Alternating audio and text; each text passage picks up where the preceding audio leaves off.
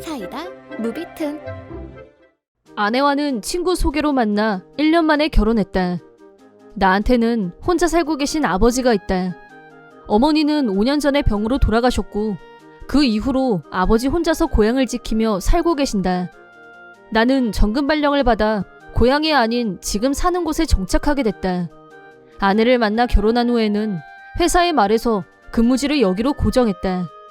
여기는 아내의 출신지여서 우리 집에서 처갓집까지 30분 정도밖에 안 걸려서 비교적 자주 찾아뵙는 편이다. 그에 비해 나의 본가는 차로 3시간이나 걸리는 곳에 있었고 아내가 홀 시아버지를 만나러 가는 게 부담스럽다고 해서 아직 한 번도 안 내려가 본 상태이다. 장인 장모님께는 생일 때마다 선물도 드리고 가끔은 같이 짧은 여행도 했지만 고향에 계신 아버지께는 아무것도 해드린 게 없었다. 그러던 차에 며칠 있으면 어버이날이고 해서 오래간만에 아버지랑 둘이 여행이라도 갈까 하는 생각이 들었다. 이왕이면 아내도 같이 가는 게 더 좋겠지만 시아버지가 불편하고 부담스럽다고 하는 아내에게 여행이라니 어림없다는 생각에 처음부터 아버지하고 둘만의 여행 계획을 세웠다. 물론 어버이날이니까 처가에도 선물은 할 생각이었다. 장인어른이 골프채를 갖고 싶다고 전부터 말씀하셨기 때문에 이번에 사드릴 생각이었다. 어버이날 당일 오전에 처가댁에 가서 골프채를 선물로 드렸더니 무척 좋아하셨고 오후부터는 아버지를 모시고 1박으로 여행을 다녀오겠다고 아내에게 말했다.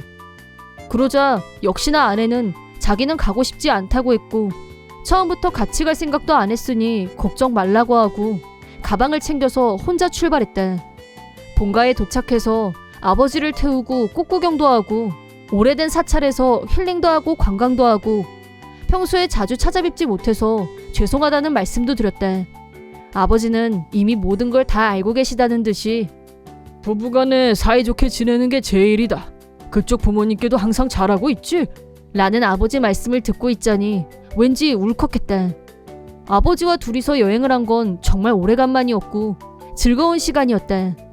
저녁 때까지 부지런히 명소를 돌아다닌 후 숙박지인 호텔에 갔는데 뜻밖에도 호텔 앞에 아내와 장인, 장모가 있었다. 아내는 나를 보자마자 달려오더니 대뜸 소리부터 질렀다. 이렇게 고급 호텔에서 묵는단 말은 안 했잖아. 네가 어떻게 여기까지 왔어? 당신 노트북에 여기 호텔에서 온 이메일이 있길래 그거 보고 달려왔어. 그래서 말인데 이 호텔은 우리 부모님이 묵을 거니까 아버님은 집에 그냥 가시라고 해. 지금 무슨 소리라는 거야? 장인어른한테는 아침에 선물 드렸잖아. 이건 나하고 아버지 여행이거든? 뭐라니? 당연히 우리 부모님이 먼저지. 그리고 격이라는 게 있는데 아버님한테는 안 어울린다 생각 안 들어? 여기 아버지 직계 가족이 경영하는 호텔이야. 에? 아내는 입이 떡 벌어져서는 호텔 전체를 눈으로 훑었다. 이 호텔은 이 지역에서 1, 2위를 다툴 정도로 유명한 고급 호텔이었고 스태프도 많고 찾아오는 고객들의 수준도 높았다. 이런 명성 있는 호텔이 아버지 직계 친척이 경영하고 있을 줄은 몰랐다면서 눈을 희번뜩거리며 진짜야? 라고 나한테 다시 확인했다.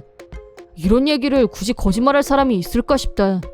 아버지는 집안의 차남으로 태어났고 장남이자 아직도 독신이신 큰아버지가 할아버지와 호텔을 경영하고 계신다.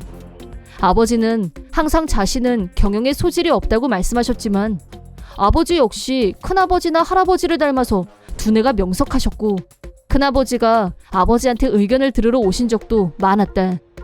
이 호텔이 우리 집안에서 경영한다는 걸 알게 된 장인 장모는 갑자기 눈이 반짝반짝 빛나기 시작했다. 생각지도 못했던 든든한 배경이 있다는 걸 알게 된 순간 어떤 욕망이 꿈틀댔던 게 아닌가 싶다. 로비에서 해프닝이 벌어진 사이 체크인 시간이 다가오자 우리가 올 걸 예상하고 큰아버지가 로비로 나오셨고 우리를 보더니 활짝 웃으며 다가오셨다.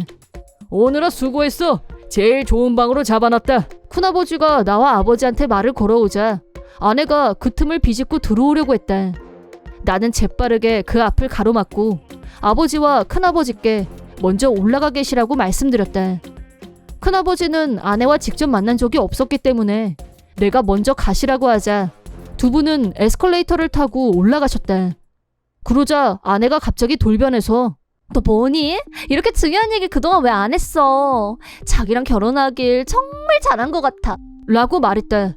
그 말이 끝나기가 무섭게 장인이 말해 뭐해? 그리고 이왕 우리도 여기까지 왔는데 그냥 가기 섭섭하니까 사돈하고 술이라도 한잔 했으면 하는데 어떤가? 또 우리가 남도 아니고 다 같은 가족인데 좋은 방 잡아줄 수 있지? 라고 들이댔지만 나는 가볍게 무시했다. 우리 아버지를 깔보고 함부로 대한 사람들한테는 술도 호텔도 아깝다고 거절했다. 그러자 개그를 다큐로 바꾸고 그러나? 아까 농담한 거잖아. 라고 장인이 둘러대자 아내와 장모가 맞장구를 쳤다. 불과 몇 분 전까지만 해도 아버지를 개 무시하던 사람들이 더구나 아내는 자기 부모들밖에 안중에 없었으면서 갑자기 뭔 수작인지. 아버지는 부부 원만이 최우선이라고 하셨지만 이런 여자와 계속 부부로 지낸다는 건 어림없는 소리란 생각이 들었다. 돈에 환장한 장인 장모도 마찬가지였고 할아버지가 이미 연로하셨기 때문에 큰아버지는 오래전부터 아버지한테 경영에 참여해달라는 부탁을 하셨었다. 분명한 건 호텔은 어디까지나 할아버지, 할머니, 큰아버지 그리고 아버지가 이뤄낸 성과였고 장래에 큰아버지가 자신의 재산을 사회에 환원한다고 한다면 그 뜻을 받드는 게 마땅하다고 생각했다. 거기에 내 지분은 없으니까. 하지만 아내와 장인, 장모가 이 호텔을 이미 자기들 것처럼 생각하고 있는 모습을 보고 있자니 역겹고 불편하기 짝이 없었다. 아내는 내가 이 호텔의 경영주의 손자라는 걸 등에 업고 호텔 스태프에게 가더니 스위트룸을 준비해달라는 분에 넘치는 요구를 했다. 나는 경비원을 불러서 장인 장모까지 세 사람을 모두 밖으로 쫓아버렸다. 덧붙여서 저 세 사람이 로비 근처에 얼씬도 못하게 할 것과 만약 억지로 들어오려고 한다면 경찰에 바로 연락해도 된다고 일러뒀다. 세 사람은 경비원한테 고래고래 소리를 지르며 난동을 부렸지만 얼마 있다가 집으로 돌아갔다. 상황이 정리된 걸 확인한 후 나도 방으로 올라갔다. 아무 일도 없었던 것처럼 큰아버지와 회포를 풀고 아버지와 남은 여행을 즐겼다. 원래는 1박만 할 예정이었는데 그딴 집에 빨리 가봐야 좋을 일도 없을 것 같고 해서 큰아버지한테 부탁해서 며칠 더 호텔에 묵으면서 여행을 만끽했다.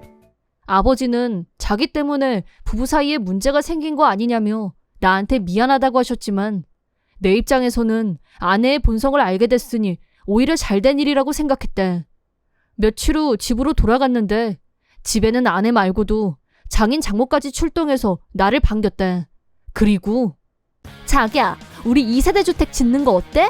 한 30억 정도면 고급 주택 소리 듣겠지? 그래 용실은 히노키가 좋다더라고. 나는 보석 목걸이 하나 있었으면 라면서 각자의 욕망을 드러냈고 나는 대답 대신 세 사람 앞에 종이를 한 장 내밀었다.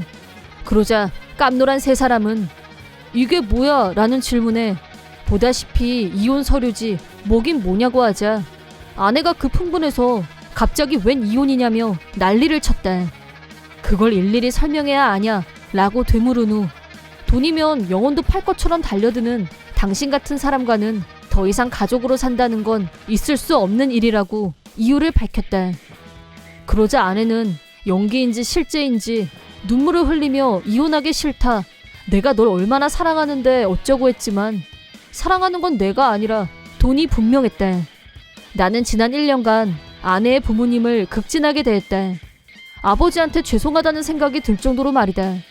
하지만 며칠 전 아내는 나한테 아버지보다 자기 부모님을 더 우선시하라고 명령했고 급기야 아버지를 돌려보내라는 망언까지 했다.